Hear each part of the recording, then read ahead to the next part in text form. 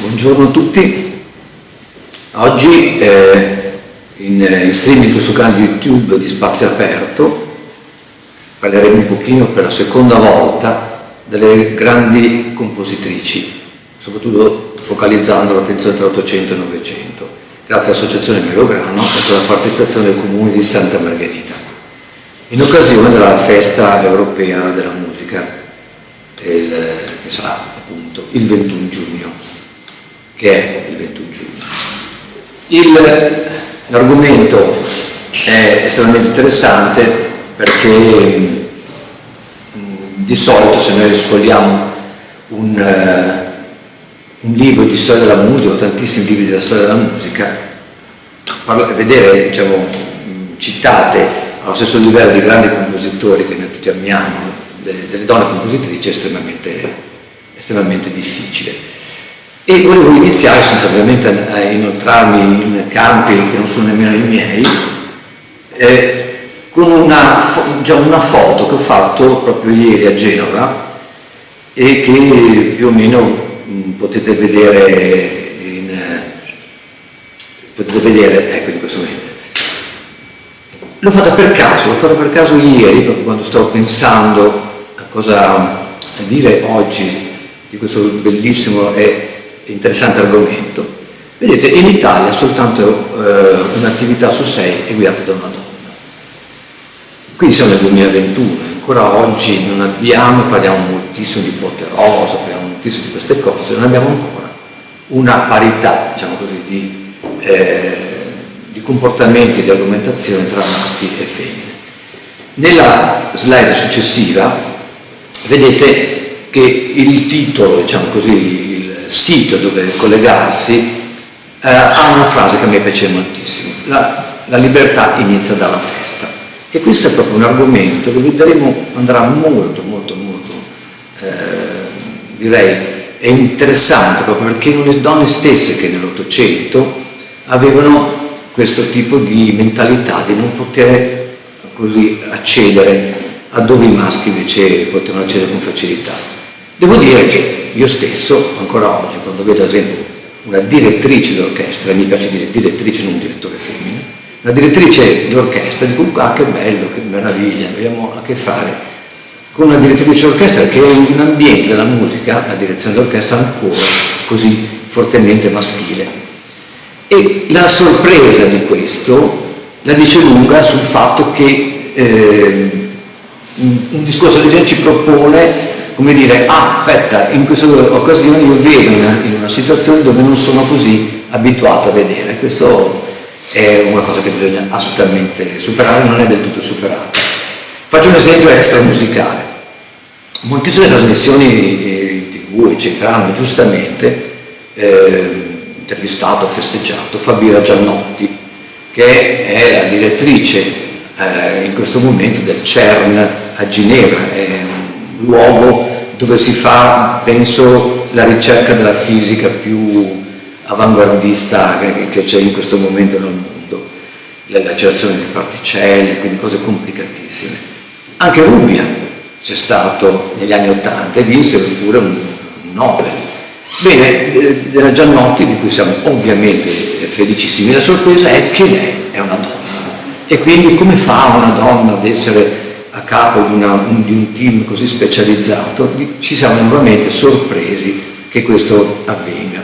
Direi che il momento perfetto sarà quando tutto questo non produrrà più sorprese e sarà normale che in quel dato posto, in quella data direzione d'orchestra o in quel dato teatro si farà la musica di un uomo o di una donna, perché vale la musica che si ascolta e non il fatto di essere una cosa o un'altra. Pensate che nel 1979-80, mi ricordo, quando ahimè frequentavo anch'io il conservatorio, era stato fatto un test su tutti i conservatori italiani sulle classi di composizione. Bene, su 100 allievi che frequentavano la classe di composizione, su 100 allievi, 6 erano donne. Questo a dire ancora come nel 1970-80, 79-80, ci fosse ancora un forte pregiudizio da parte delle stesse donne a frequentare le classi di composizione. Eppure mi viene in mente, diciamo così, di fare un piccolo ragionamento che dovrei fare così con tutti voi. Per fare arte, nel senso più totale della parola, e soprattutto musica, ci vuole un requisito direi, ahimè, purtroppo indispensabile: il talento. Se è vero che una persona può essere un buon ingegnere, un ottimo ingegnere anche senza essere un Einstein, se è vero che una persona può essere un dottore, una dottoressa ottima senza essere un premio Nobel per la medicina, purtroppo è vero che artistico, la maiuscola, in qualsiasi campo dell'arte, ma noi restringiamo tutto alla musica, lo si è se si ha questo, diciamo, ingrediente indispensabile, il talento. Il talento, come potremmo definirlo, è saper fare una cosa prima ancora di averla studiata, ed è fortemente precoce. Noi sfogliamo le biografie di tantissimi musicisti, la precocità, cioè essere bambini, prodigio cosiddetti, no? E vediamo quanto oggi tante compositrici di cui parleremo sono tutte così, a 8-9 anni, fatto il primo concerto, eccetera, eccetera. Effettivamente è un requisito. Il talento non ha un genere, non è più maschio o più femmina. Il talento è un qualcosa che lo possiede, grazie a Dio, sia uno che l'altra. E quindi situazioni in cui il talento era prorompente e comunque soffocato da una società che imponeva dei ruoli, è estremamente vero. Vorrei infatti citarvi un esempio ben chiaro di talento. La diapositiva che vedete adesso ritrae la sorella maggiore di Mozart, di Wolfgang Amadeus Mozart, Marianna Mozart, che in famiglia veniva chiamata così confidenzialmente Nannerl. Bene, questa ragazza era dotata di un talento tale quale suo fratello, famosissimo Wolfgang Amadeus.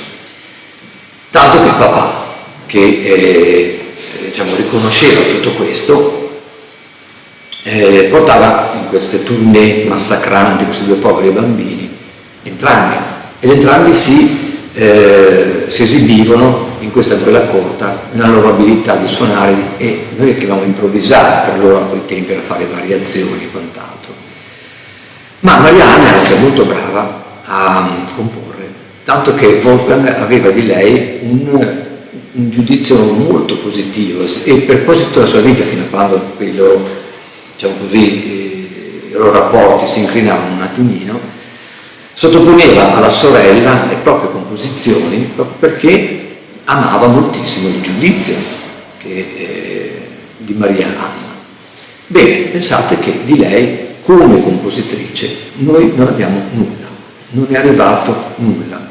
Questo a dimostrare che malgrado il talento la società effettivamente non era così, diciamo, molto pronta ad ammettere le donne compositrici già a quel tempo. Non è che le donne fossero escluse dalla musica, assolutamente.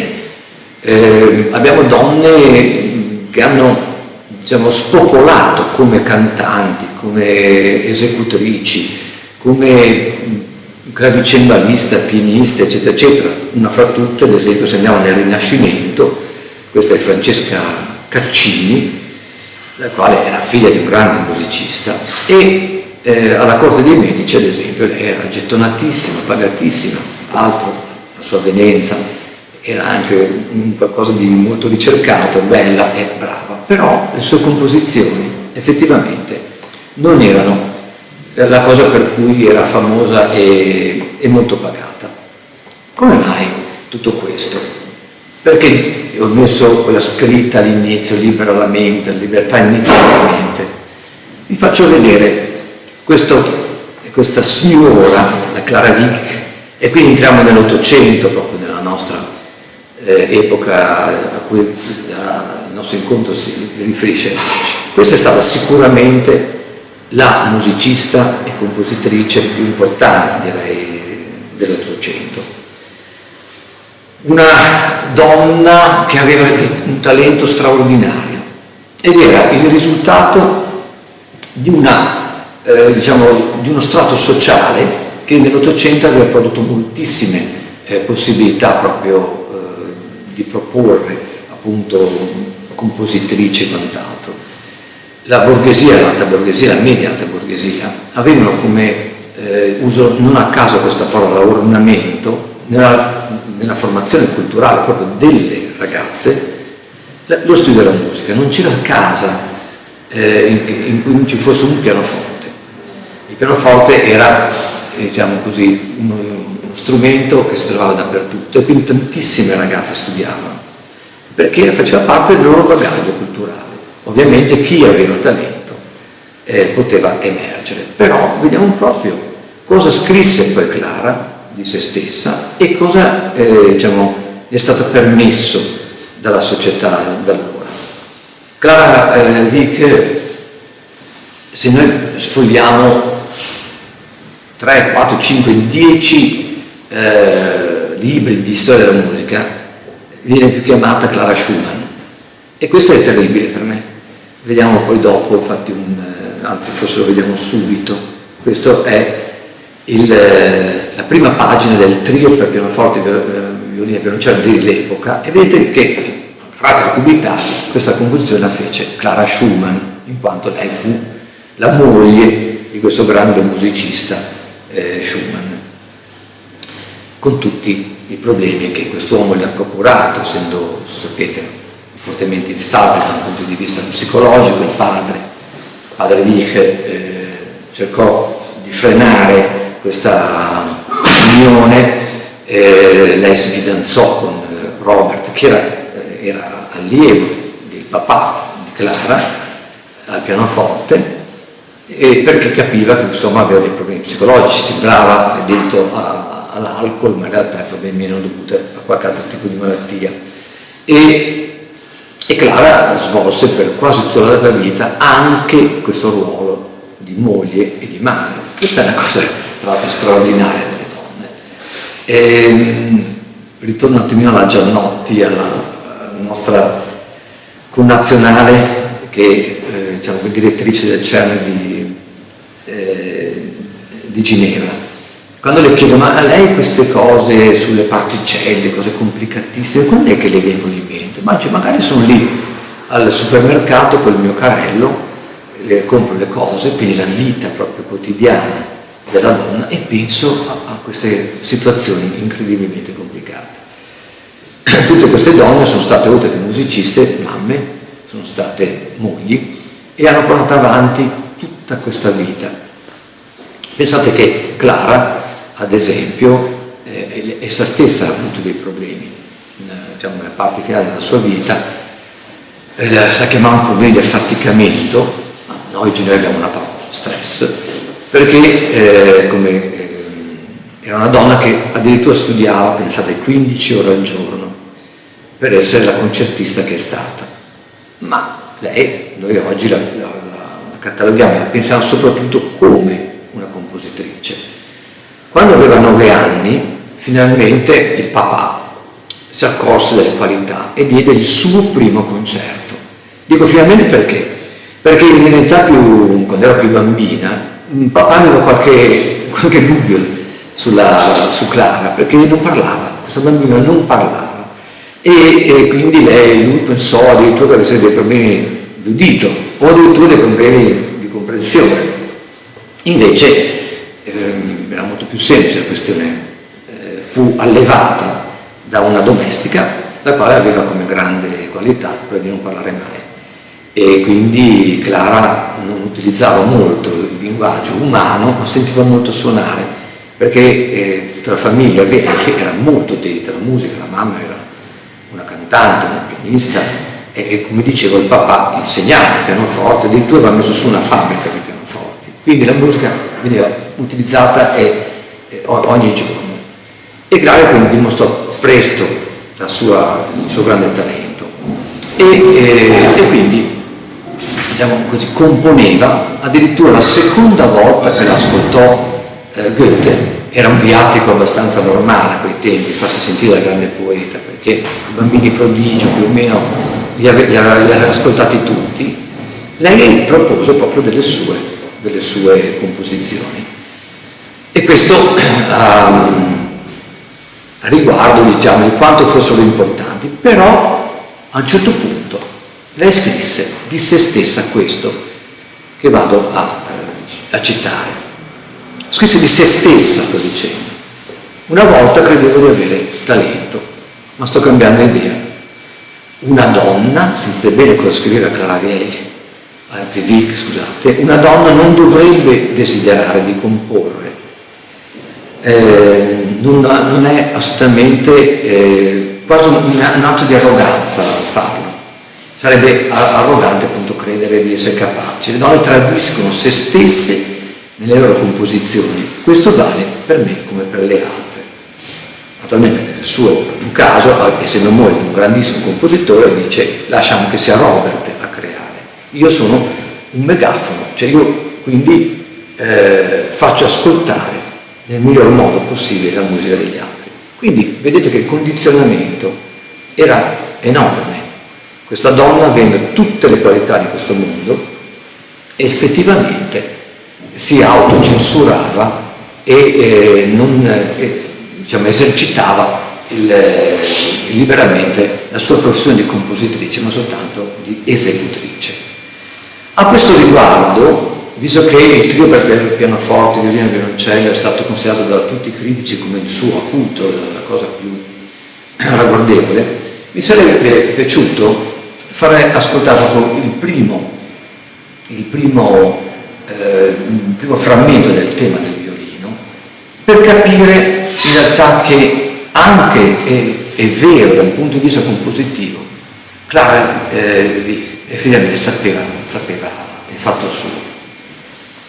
È difficile fare un'analisi armonica cercando di non utilizzare un linguaggio troppo tecnico, perché effettivamente la musica, come si dice anche nel campo dell'informatica, usa un linguaggio artificiale, cioè suo, personale proprio, e chi non lo sa uno rimane un po' spettato. Cercherò comunque di essere abbastanza chiaro, spero, per cercare di capire bene in che momento Clara vi introduce delle modernità, delle cose che sono notevoli, colpo di genio, e lei le aveva tale quali.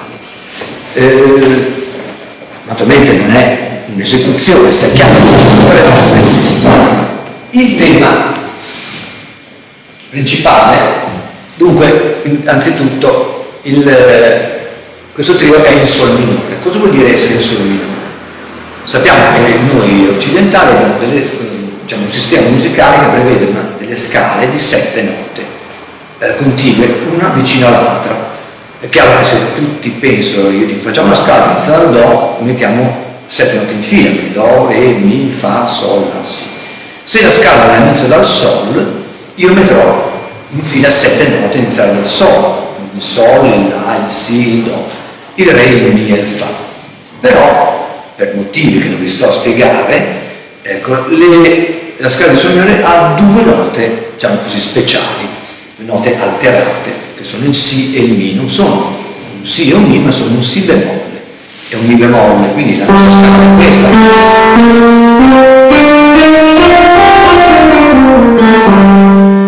Il modo minore è un modo languido, è un modo che non ha, diciamo, il vigore del modo maggiore, sentite?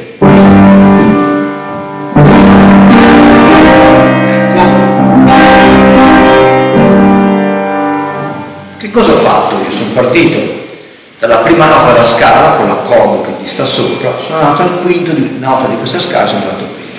Questi metodi compositivi sono utilizzati ovviamente da tutti coloro che hanno fatto e fanno oggi nella musica leggera ancora uso della tonalità. Sappiamo che la musica colta che fa così ha abbandonato questo sistema di composizione da parecchio tempo.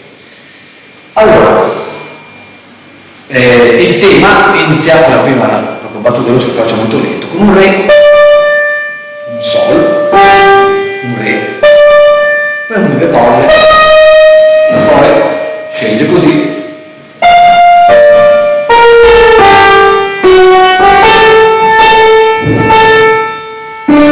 Ok, facciamo questo piccolo frammento.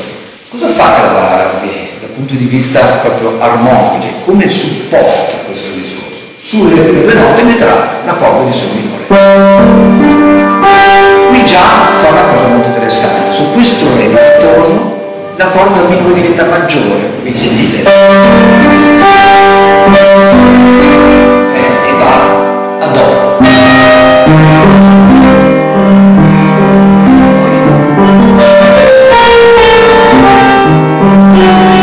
Attenzione, questa è bellissima, abbiamo tre La. Se questo piccolo frammento melodico fosse stato in mano a Mozart, lui avrebbe fatto così.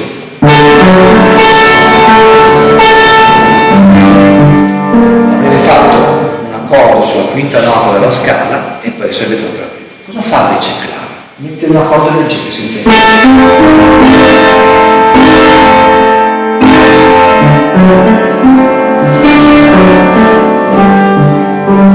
Cioè usa un accordo diminuito. Sentite che sonorità. È una sonorità, come posso dire, molto, quasi cupa, e quindi il progetto musicale di Clavier, che qui è estremamente moderno per l'epoca, di introdurre all'interno della scala di sol minore delle sonorità che la scala non prevede. Spero non sia stato estremamente complesso. Bene, andiamo avanti. Abbiamo un altro ritratto. Termino una cosa con la slide precedente. Moltissimi, dicevo, libri di musica, di storia della musica portano questa etichetta di Clara Schumann, e effettivamente, come vi dicevo prima, sta a dimostrare che mettere il nome Wich, che è scritto, vedete, in basso, e mettere invece il cognome del maschio conosciuto in quanto suo marito, era sicuramente per l'editore, che comunque ci investiva del denaro per stampare e produrre questa partitura, si riteneva che avesse sicuramente diciamo, dal punto di vista economico più chance di poterlo vendere. Un destino simile ha avuto questa signora che vedete, Fanny Mendelssohn Bartholdy.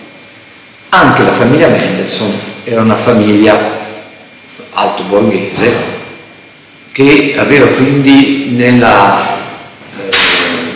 fare cultura una quotidianità. Il loro salotto era abitato da personaggi importantissimi che, diciamo così, naturalmente poeti, letterati, e questi due bambini, fortemente dotati, tutti e due, Fanny e Felix, potevano crescere in un ambiente del genere. La musica era estremamente importante e quindi la studiavano entrambi i ragazzi alla stessa maniera. Ma cosa scrisse una volta il papà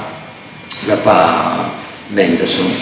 Disse, se per Felix la musica diventerà, è una lettera scritta a sua figlia Fanny, se per Felix la musica diventerà un mestiere, per te Fanny potrà essere al massimo un ornamento.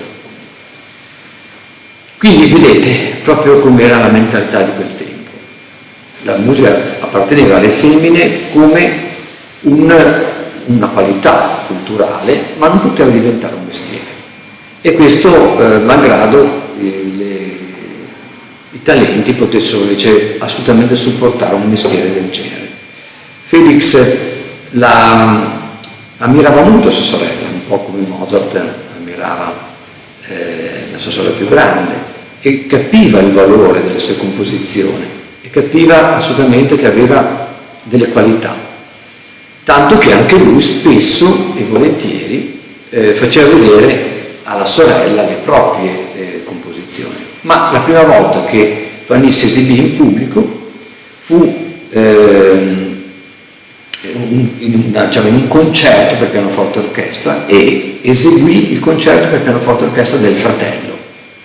E quindi, vedete, non poteva assolutamente permettersi di presentare della musica propria, eppure componeva, e componeva molto bene. Vedete in questa altra diapositiva, anche qui un trio per violino, violoncello e pianoforte.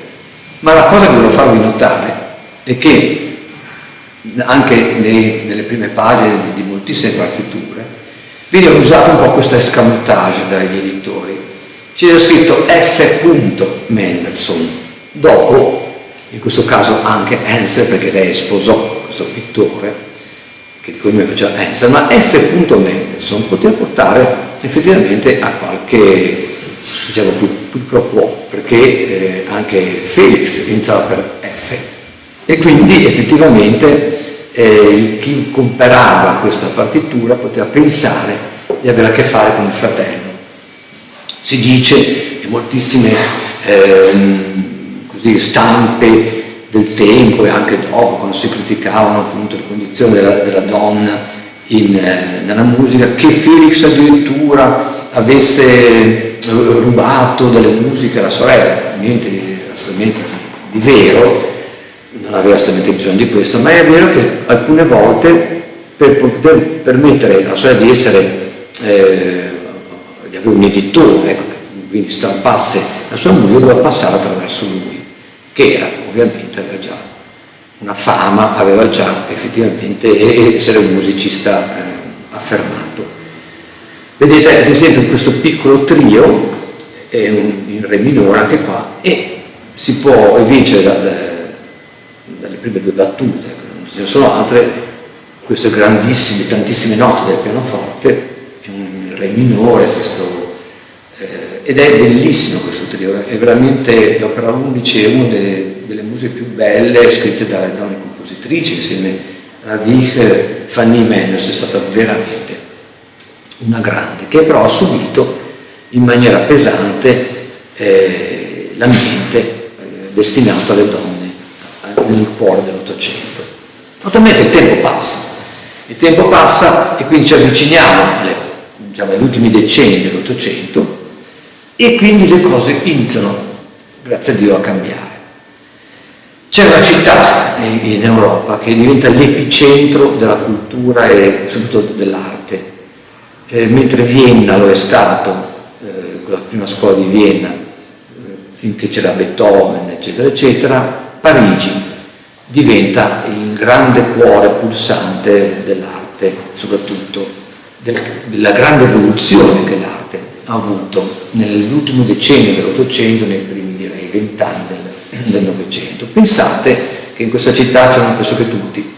Io ho visto delle foto, ad esempio, dove da un terrazzo di una casa sopra a Montmartre c'era, non so, Debussy insieme a Ravel, insieme a Stravinsky, insieme a Picasso. Quindi, diciamo, appunto, il cuore pulsante di tutto quello che è successo di nuovo nella musica.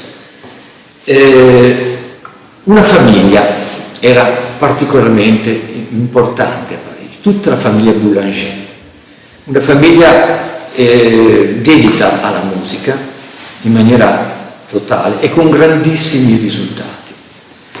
Voi adesso vedete la foto della Lily Boulanger che è nel nostro cartellone, ma non possiamo dimenticare né il padre né la sorella, soprattutto la sorella Nadia. Perché? A quei tempi, ma è ancora oggi, ma a quei tempi era importantissimo, esisteva un premio, il Grand Prix de Rome si chiama, un premio per diciamo, le migliori composizioni, era un premio per tutte le arti, ma adesso non interessa soltanto la musica ovviamente. Era un premio diciamo, a cui tutti coloro che desideravano fare da grandi i compositori, farlo diventare un loro mestiere, bisognava partecipare e soprattutto cercare di vincere. Debussy è diventato Debussy da quando vinse il Prix de Rome. Bene, la famiglia Boulanger, quindi il papà e 2 figlie, tutte parteciparono a questo, nelle loro epoche, diciamo così, ovviamente, a questo Prix de Rome. Il papà lo vinse. Nadia, che è stata un faro, diciamo così, per la musica, per lo studio della musica, fino ad anni abbastanza recenti. Devo avere una foto di Nadia, eccola qua, naturalmente anziana, ha vissuto più di 90 anni, e è stata compositrice, direttrice d'orchestra, ma soprattutto una grande maestra. Partecipare agli stage della Boulanger era un altro viatico quasi necessario per poter avere la legittimazione ad essere dei musicisti preparati, dei compositori preparati. La sua classe di composizione a Parigi era famosa in tutto il mondo, soprattutto al di là dell'oceano, e moltissimi musicisti oceanoamericani, anche di grande prestigio, Copland, ne dico uno, venivano a studiare dalla Boulanger. Studiare da lei significava avere un passaporto per un grande mestiere. Pensate, lei era compositrice e smise di comporre il giorno che la sua sfortunatissima sorella Lili morì estremamente giovane, purtroppo, ed era l'autentico genio di casa. Lili Boulanger, vi leggo cosa scrisse il direttore della New York Symphony Orchestra. Diceva: in diverse occasioni ho dichiarato pubblicamente e con molta convinzione che non credevo che le abilità delle donne fossero uguali a quelle degli uomini, ahimè. Ma questa è la prima di aver sentito il lavoro di Lili Boulanger. La sua morte è una delle più grandi perdite per l'arte, e insomma finisce questo piccolo articolo dicendo: Lili Boulanger era un genio. E di questo Nadia, che aveva tutte le qualità per capire, che pertanto conosceva la musica, che era effettivamente vero. Lili Boulanger aveva delle idee incredibili e nella sua brevissima vita, 24 anni, ecco, scrisse delle cose notevoli e vinse il Prix de Rome, la prima donna a vincere questo importantissimo premio. Molto più avanti, nell'epoca più avanti, addirittura chi scrisse: lei ha vinto anche per fare un piacere a sua sorella Nadia, che arrivò seconda, perché naturalmente ai tempi in cui partecipò Nadia, qualche anno prima, mica in tempi biblici, era quasi impossibile dare il primo premio ad una donna. Lì, per quello che presentò, era prorompente, i tempi quindi iniziavano a maturare. Anche qui io avevo preparato una piccola omaggio musicale a Lili Boulanger, un frammento di una composizione che lei chiamava la vecchia preghiera buddista, per coro e orchestra. La cosa che è interessantissima è vedere come tutto quello che stava capitando, soprattutto a Parigi in quei tempi, comunque siamo nell'epoca in cui la musica si sta evolvendo verso un impressionismo musicale, e lo avesse già e lo proponeva un attimino prima di Debussy. Sentite un attimino la straordinarietà di cosa fa. Il canto, siamo in una scala di do minore, ma in realtà non è così importante. Il canto presenta questo suono, quindi la scala di do minore, adesso ve la faccio sentire, questa è una scala, sentite, no? Anche essa è melancolica, segno nel modo minore. Sentite cosa fa già la seconda battuta. Questo è il sol. Sentite cosa fa qui? Un suono incredibile.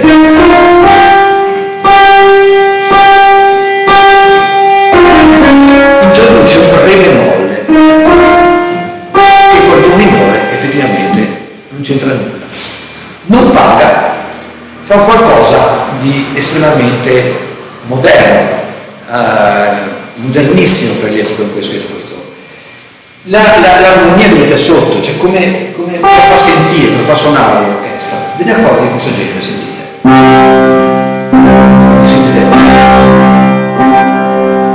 Si chiamano accordi sospesi, cioè non possiede la terza, la nota Mi. Il nostro orecchio percepisce se un accordo è maggiore e minore proprio da questa nota, che sta una terza sopra la nota con cui si chiama l'accordo. Quindi se noi facciamo un accordo di Do, la terza nota è un Mi. Se questo Mi è maggiore, tutta la sonorità è maggiore. Se diventa minore, è minore. Lei non mette questa nota. Si chiamano accordi sospesi e il nostro orecchio quindi non riesce a capire in che modo è. Può essere sia l'uno, può essere sia l'altro. E questa è una modernità assoluta che naturalmente poi Debussy farà alla grande dopo. Sentite cosa fa quindi. Ma invece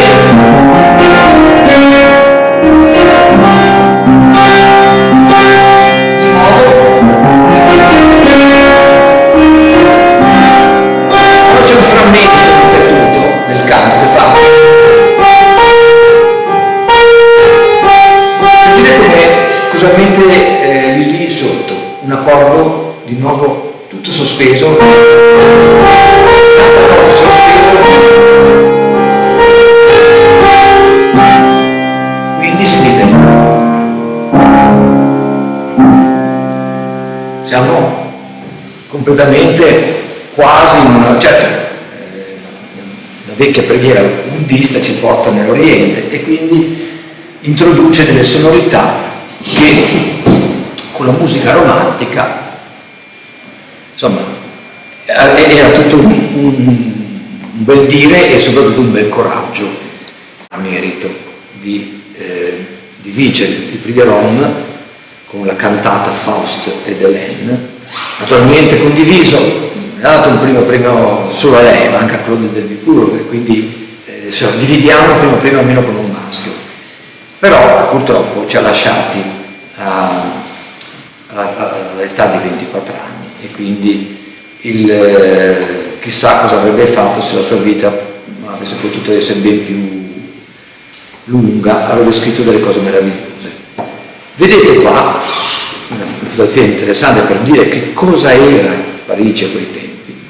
Nadia Boulanger, ecco, a braccetto con un signore che non so chi lo riconosce, ma è Igor Stravinsky. Quindi pensate a Parigi in quel momento, che cos'era? Vedete che nella fotografia c'è scritto 1937. Bene, andiamo avanti. Le Boulanger, quindi, e la famiglia Boulanger, ha portato quindi un'evoluzione anche nel comportamento proprio della società nei confronti delle donne e arriviamo a questa grande pianista ma compositrice che fu Cécile Chaminade. Cécile è stata anch'essa ovviamente una bambina prodigio, non so se l'ho detto, Clara Vie ha iniziato appunto più conciata a 9 anni, lei a 8 anni inizia a scrivere musica da chiesa. Pensate che in casa Chaminade, questo è caratteristico appunto di questa alta borghesia, media alta borghesia, che avevano delle amicizie, che frequentavano le case di grande pregio, c'era soltanto Georges Bizet. Georges Bizet quindi frequentava la casa Chaminade, si accorge del talento, essendo un grande musicista, di questa bambina, che chiamava affettuosamente, pensate, il mio piccolo Mozart. E quindi vedeva e prevedeva per lei una carriera da compositrice, perché non era Mozart soltanto perché suonava benissimo il pianoforte, era per quello che scriveva e all'età in cui lo scriveva.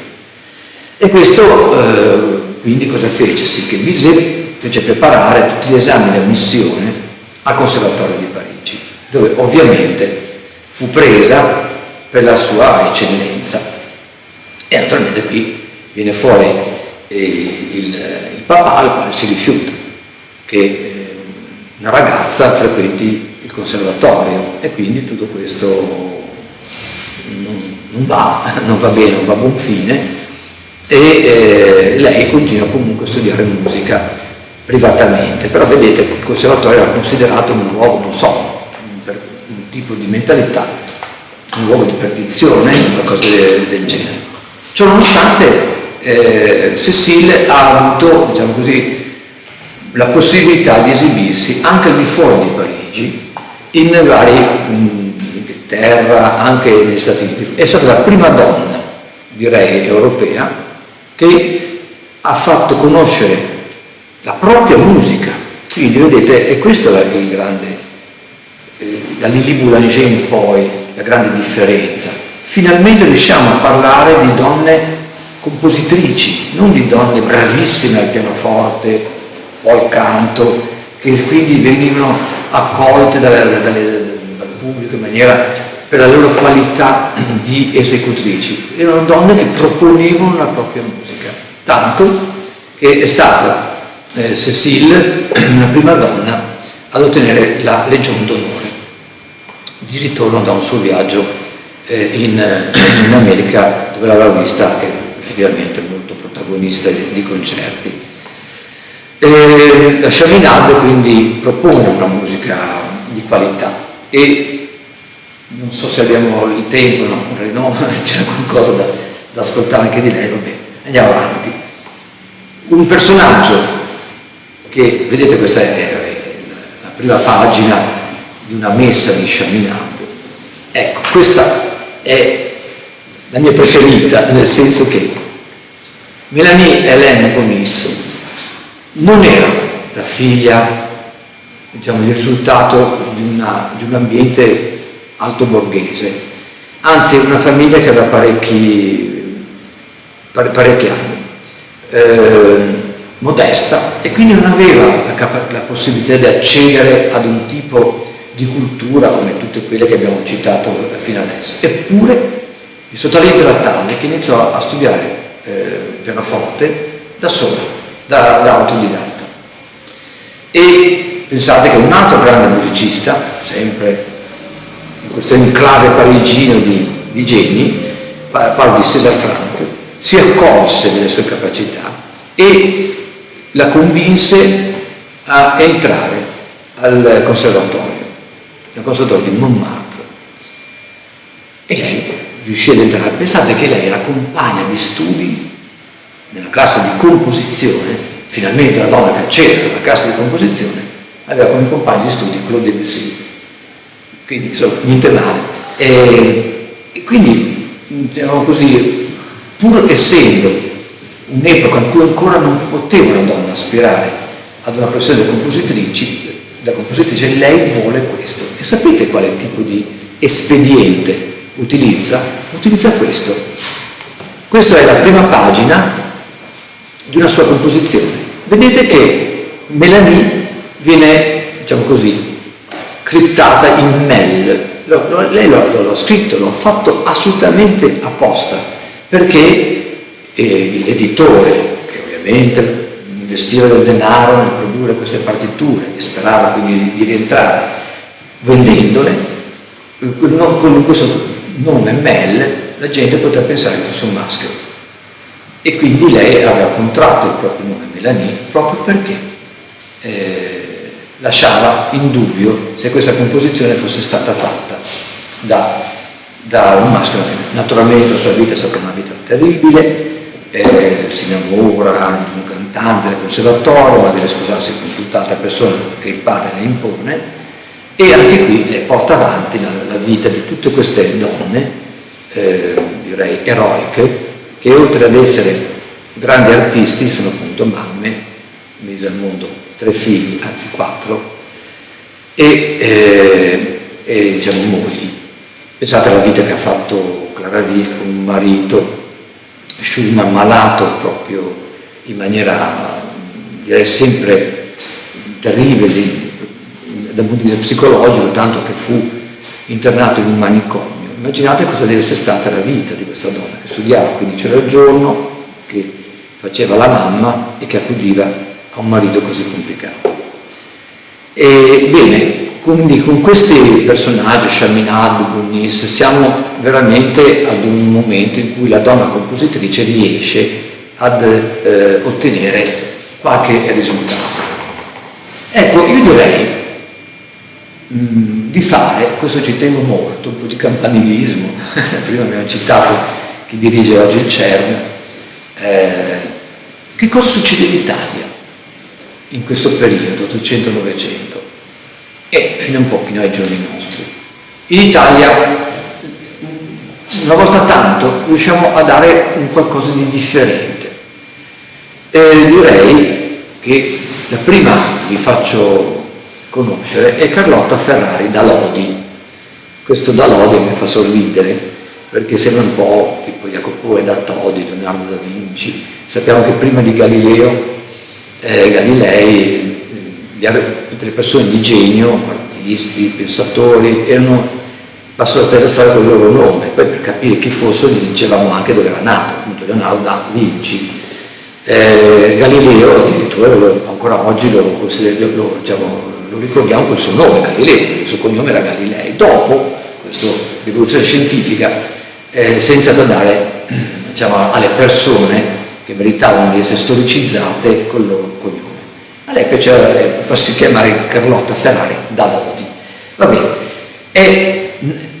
ha vissuto nel pieno Ottocento, infatti è nata nel 1830 e è morta nel 1907, quindi nel pieno risorgimento.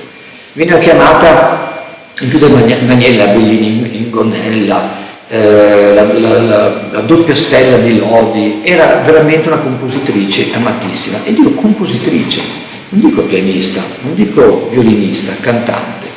Nel 1857 alla Scala lei diede la prima di una sua opera che si intitolava Ugo, e fu un grande successo di critica, un grande successo, diciamo così, del pubblico. Quindi lei scriveva melodrammi in un tempo in cui c'era un signore che si chiamava Verdi, e questo quindi voleva dire effettivamente avere un grande talento, la nostra Carlotta Ferrari.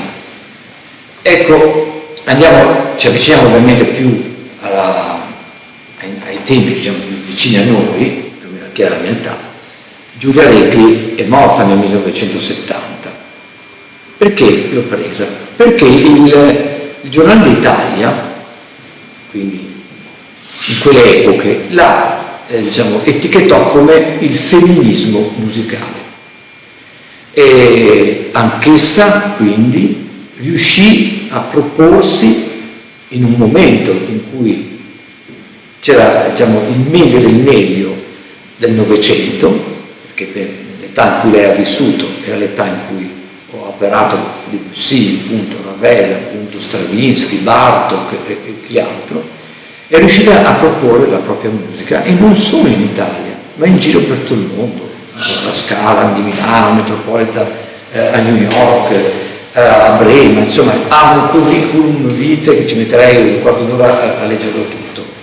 E naturalmente appunto in un momento in cui effettivamente non era semplicissimo farsi laurea, quindi voleva dire che il suo talento era estremamente grande, notevole.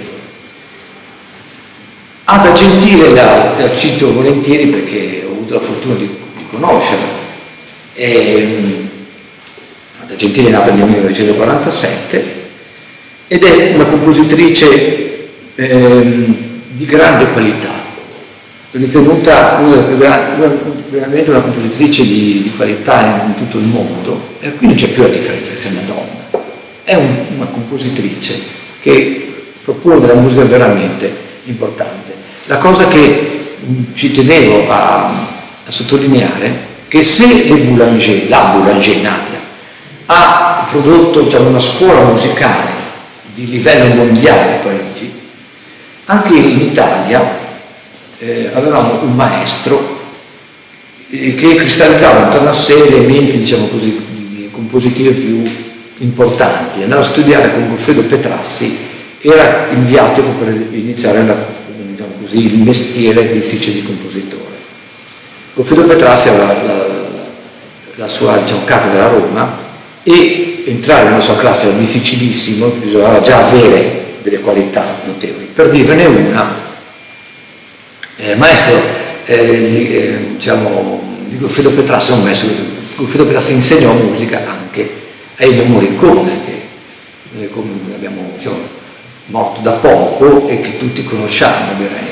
Ennio Morricone diceva che componeva di nascosto la musica per film, le prime musiche per film, perché naturalmente Goffredo Petrassi vedeva questo quasi come un tradimento, perché il linguaggio musicale a cui lui allenava, istruiva i propri allievi era naturalmente estremamente più avanti, ma estremamente più complicato da ascoltare. Quindi immaginate, anche Ennio Morricone ha avuto questo grande maestro, così come Ada Gentile. Ada Gentile ha avuto anche degli incarichi molto importanti alla Biennale di Venezia, tra l'altro siccome io ho studiato lì, lì che l'ho conosciuta, e quindi il ruolo anche di essere nel consiglio di amministrazione della Biennale di Venezia lo si dà a persone che hanno delle qualità incredibili, non solo perché è una grande compositrice, ma una persona di cultura, una persona che è giusto che stia all'interno di una struttura del genere. Ecco questa Teresa Procaccini è un nome di grande rilievo nel campo musicale, e direi che è riuscita, ormai parliamo di compositrici affermate, e sono tre riunioni, direi, con la musica del passato, ad esempio la musica tonale, di cui ho fatto qualche esempio prima, anche se vista sotto l'occhio di persone intelligentissime come la Vie, come Chaminade, eccetera, eccetera, e quello che il mondo gli proponeva di nuovo. È nata nel 1934 e già a 9 anni, ovviamente, pensate, no? Teresa, a 9 anni la RAI trasmette un suo pezzo, vedete la precocità ancora una volta. E anche lei, quindi, è autrice di moltissime musiche, i suoi lavori, mi pare il suo catalogo sia di 240 pezzi, e vengono eseguiti un pochino in tutti. Ma la cosa importante che ha fatto è che lei ha istituito i primi concorsi nazionali e internazionali per donne, proprio per l'elemento femminile, perché si rendeva conto che bisognava avere dei premi ad hoc perché le donne finalmente avessero tutte le chance che hanno i maschi. Irma Ravinale, purtroppo ci ha lasciato nel 2013, era una compositrice, una didatta, anche lei aveva studiato con Petrassi, ed era quindi una persona di grande cultura, tanto che ricevette il premio del Presidente della Repubblica nel 2009. Una compositrice, e oggi chi fa composizione, tutte queste compositrici che io vi ho detto, Ada Gentile, Irma, eccetera, si studiano, perché sono importantissime, il loro linguaggio è veramente importante. Lei è entrata ovviamente a far parte addirittura della dirigenza dell'associazione di Santa Cecilia, e la cosa che mi è piaciuta moltissimo di questa compositrice, che anche lei frequentò le masterclass di Nadia Boulanger, ma anche quelle di Karl-Heinz Stockhausen. Vedete, qui una mente apertissima, perché con la Boulanger poteva vedere tutto quello che è stata la musica romantica fino agli estremi, diciamo così, e la musica impressionista che iniziava a prendere piede, tutta la musica dei primi decenni del Novecento. Con Stockhausen ovviamente vedeva il futuro, soprattutto ai tempi in cui lui lo conobbe, e quindi la musica che negletta ancora oggi del Novecento, tutta la parte elettronica, eccetera, eccetera, di cui Stockhausen è stato il grande maestro. Bene, io direi che potremmo terminare qui.